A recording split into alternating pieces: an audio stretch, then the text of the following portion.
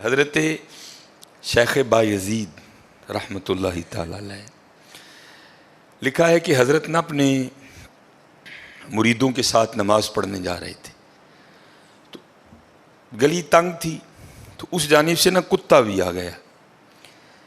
تو ظاہر ہے اگر تلقین آئی غیب سے، کوئی دل میں خیال تو آیا ہوگا نا، تو حضرت نے نا اپنے کپڑوں کو بڑا سمیٹا اور سائڈ پہ ہو گئے کہ کتا گزر جائے، کہیں میرے کپڑوں سے لگ ہی نہ جائے یہ۔ تو پھر یہ تلقین آئی غیب سے، وہ جو کتا ہے نا وہ بول اٹھا، عرض کرتا ہے بایزید کیوں مجھ سے اتنی نفرت کر رہے ہو؟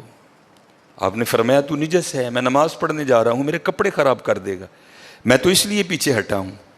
تو کتا آگے سے کہتا ہے حضرت اگر میں گیلا ہوں تو پھر نجس ہوں، پھر ناپاک ہوں، اگر خشک ہوں تو پھر تو میں ناپاک ہی نہیں، اگر آپ کے کپڑوں سے لگ بھی گیا تو کچھ نہیں ہوگا، اگر گیلا ہوں تو لگ گیا تو پھر آپ کے کپڑے ناپاک کروں گا، لیکن پھر بھی میری ناپاکی ایسی ناپاکی ہے کہ 3 بار کا جو پانی ہے وہ اس ناپاکی کو دور کر دے گا۔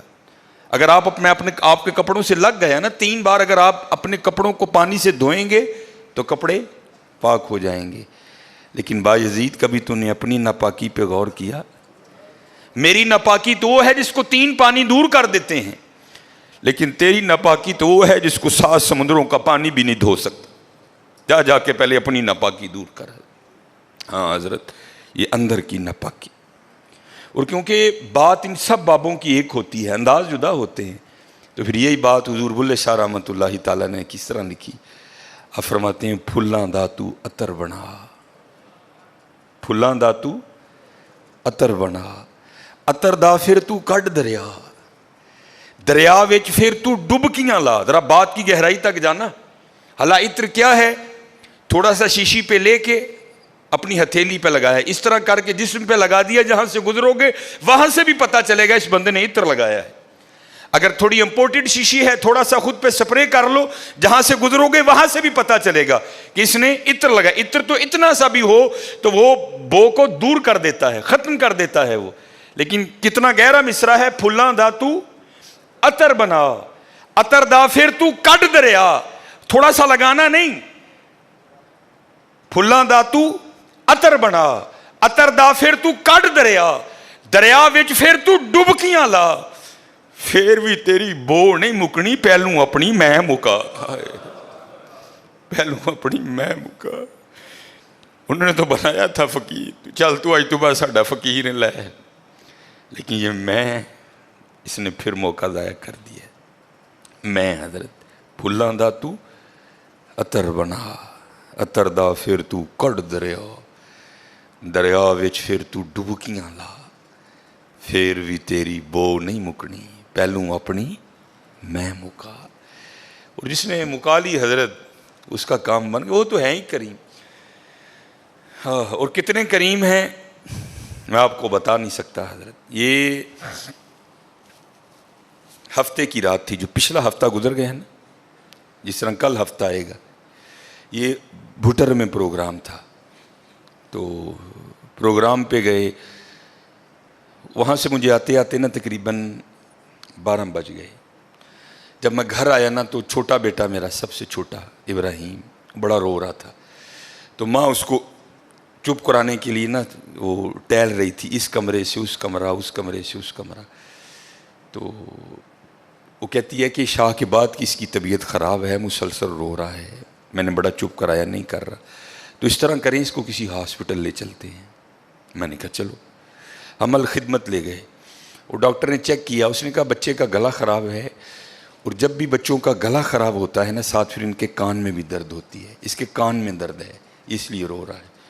اس نے وہ دوائی وغیرہ انجیکشن وغیرہ لگائے، اس کے کان میں ڈراپس بھی ڈالے، لیکن میں نے کہا نہیں، میں آدھا گھنٹہ ویٹ کروں گا، بچے کی جب طبیعت سنبھلے گی نا میں پھر ہی گھر لے کے جاؤں گا۔ ہم وہاں بیٹھ گئے، خیر بچے کی طبیعت سنبھل گئی، ہم لے کے نا گھر آ گئے۔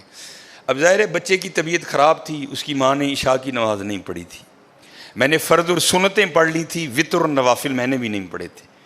وہ بچہ سو گیا، ہم نے اس کو چارپائی پہ لٹایا، آگے میں نے نماز شروع کر دی، میرے پیچھے میرے بیٹے کی ماں نے نماز شروع کر دی۔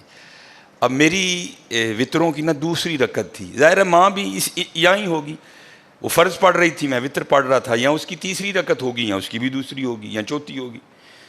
اب اس کی نا آنکھ کھل گئی، اس نے بڑی شدت سے رونا شروع کر دیا. تو ہر مسئلے کی روح سے آپ نماز توڑ سکتے ہیں، کیونکہ وہ چارپائی سے بس گرنے ہی والا تھا. دودھ ابل رہا ہے، بی بی نماز پڑھ رہی ہے، نماز توڑ کے دودھ بچائے.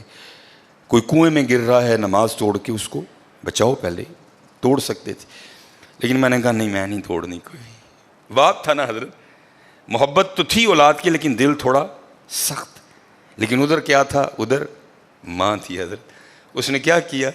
اس نے نماز توڑ کے نا بچے کو جا کے چارپائی سے اٹھا کے سینے سے لگا لیا.